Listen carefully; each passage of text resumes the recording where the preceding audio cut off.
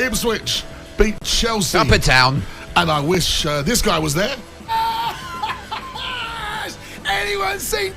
Has anybody seen him? Where is he? Where is he? Where's Cundy?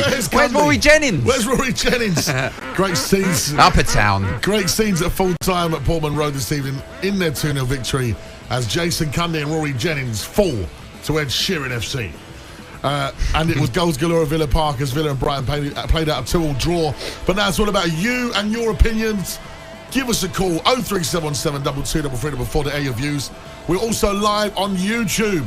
Daz is looking rather snazzy for the occasion. I'm looking best gear on. I'm looking rather just casual.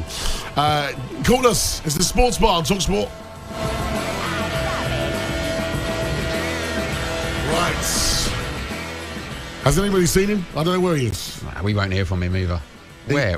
I'm urging him to call us. You know when you're going to hear from him?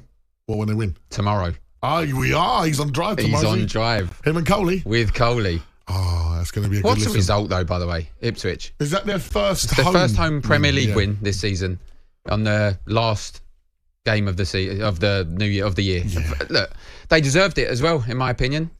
And it shows possession isn't everything. All these statos out there, possession isn't everything. I think 26% possession Ipswich had. At one point, 20 minutes into the second half, they'd had 12% possession in the second half, and they'd scored. And I'll tell you what, you're looking now, Everton, Palace, Wolves above them. Man United are only, 7 points above them at the moment. Ipswich Town, out of the bottom three. Almost 15 points, 1 point behind Wolves. Yep. They're nearly there. But if they play like that, if they attack like that, Liam Delap was unplayable today. He was unplayable today. He hadn't scored in 6 before today, I believe. Today he really showed up. And the Chelsea defenders didn't know how to handle him. The second goal, he bullied him.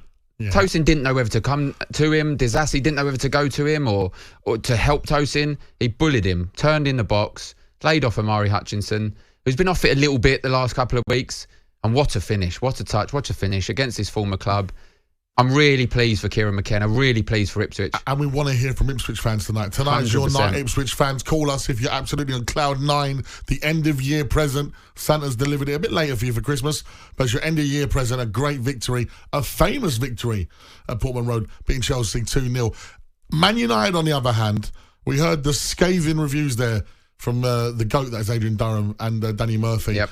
Absolutely spot on watching that. It looked like a championship team, a League One team, playing a Premier League team. Eddie Howe got it so right. They scored 2. They could have been 4-0 up in the first half. Whooping. Yep. It was a whooping. It was a whooping indeed. Whooping. And you know what? He shut shop. He got the job done. Yeah. And that is why he's a good manager. That's why look, it could have been 4. There's a deflection into the path of Isak, wasn't there? And he's smashed it into the top corner. They hit the post. Manchester United are really, really struggling. We're going to hear off them. They've got Liverpool next on Sunday. Huge. Can anyone see anything other than a pasting from Liverpool? Then they got Arsenal in the FA Cup third round, whooping on that. They play Southampton at home and Brighton at home. 6-pointer, Southampton. If they don't win those 2, or at least one of them, can we genuinely count them out of the relegation? Well, let's go over to Alan, who's a Man United fan. He was at the game. Evening, Al.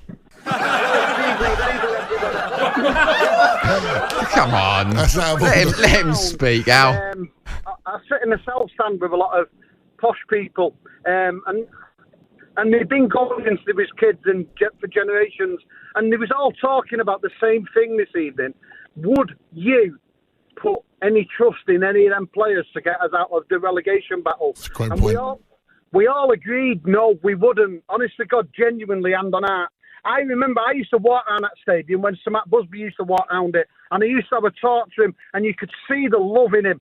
Now, all we've got now is broken hearts. The club, honest to God, people keep looking at the scores. They don't realise how bad the club actually is. How bad the fans get treated outside of the security. I've just witnessed a woman next to me getting manhandled off three male security men. Now, fair play to some of the women, the security. They come up and made a report about it, but it shouldn't be happening. No. The club, honest to God, people do not realise how bad the club is.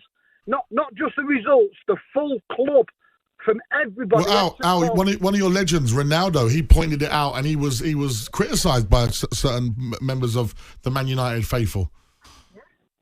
Well, I love Ronaldo, and I understood everything he said. I even understood everything Jose was saying. And I wasn't a Jose lover, but I could understand what he was saying.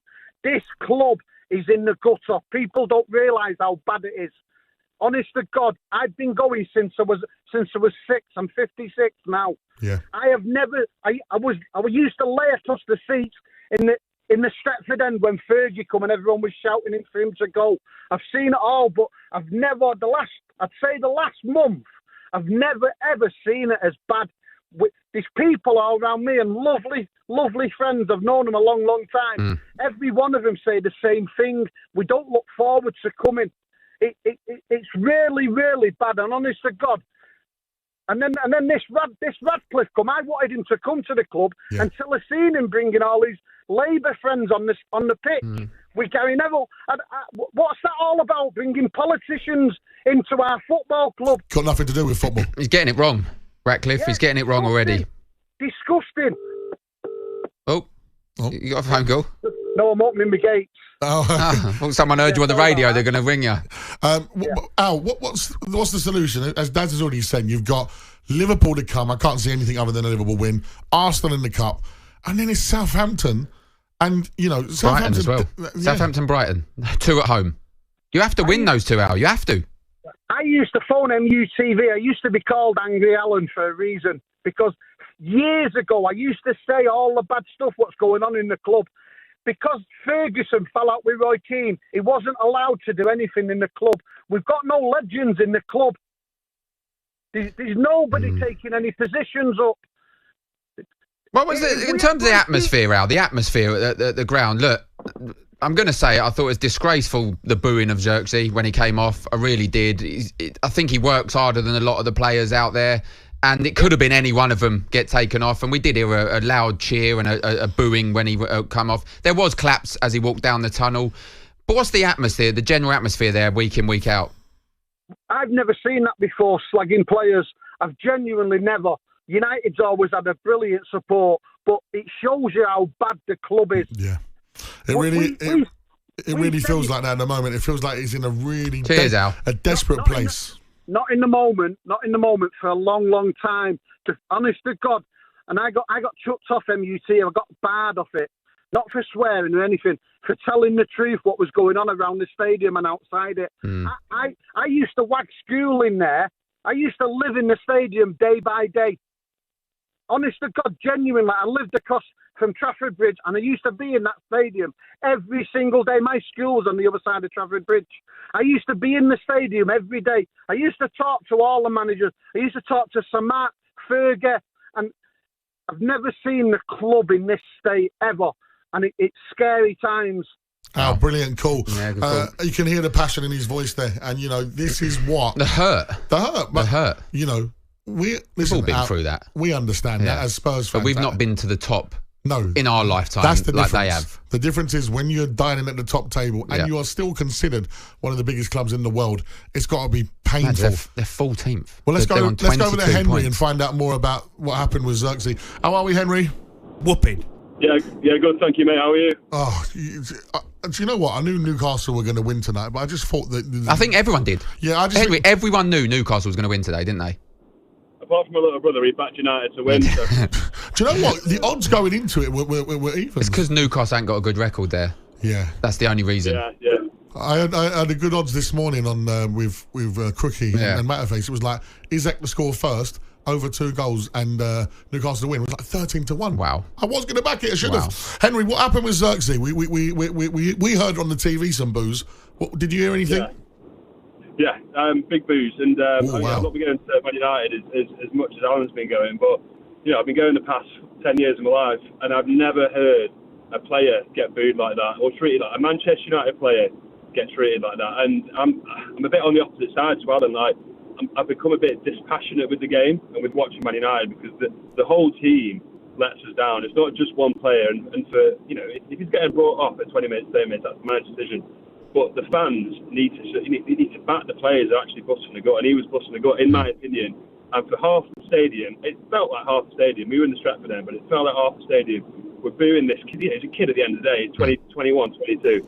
But Henry, I think just the fans at the moment are so, as you said, like disattached and disillusioned with what's going on that they don't know where to point their anger towards, because you know, before it was the Glazers, as Gary Neville would always say. You got new owners in now. Like where are you pointing the blame at the moment? Because it doesn't feel like anything's changed. Yeah, I mean, I'm pointing the blame at a lot of the players, to be honest, and a lot of the players who should be stepping up. The boyhood players like Marcus Rashford. I'm not saying Garnacho is a boyhood Manchester United player or fan, but he's been at the club a long time. The only player, in my opinion, even the experienced players, Casemiro, giving the ball away, Eriksen. I know you're both Spurs fans, but looking at Eriksen, he's not a winner. Do you know what I mean? It's just who we are, mate. Outrageous. Why are you bringing Ange into this? Yeah, I'm sorry. But the only one, Henry, I don't know if you was going to say it, Harry Maguire is the only one that's put in any ounce of treated so effort. badly. Yeah. Harry Maguire is a prime example, which is what frustrates me about today. He's the biggest scapegoat of Manchester United. Since I've been watching him, he's always been the biggest scapegoat. Didn't have the best game today, but he shows, as the manager said recently, he shows up, trains well, and sets the standard. But he's the biggest scapegoat for Manchester United. He's not afraid, Henry. He's not afraid to step up, and he's shown an ounce of effort. The other players seem scared. They seem nervous to get the ball. No one wants to come and take control of the game. It's all, you have it. Even Casemiro, Eriksen, as you said, two top-class international players seem to be bottling it. The Sports Bar with Jamie O'Hara and Jason Cundy. Monday to Thursday nights from 10 on AM, on DAB, via the talkSPORT app and on your smart speaker. talkSPORT.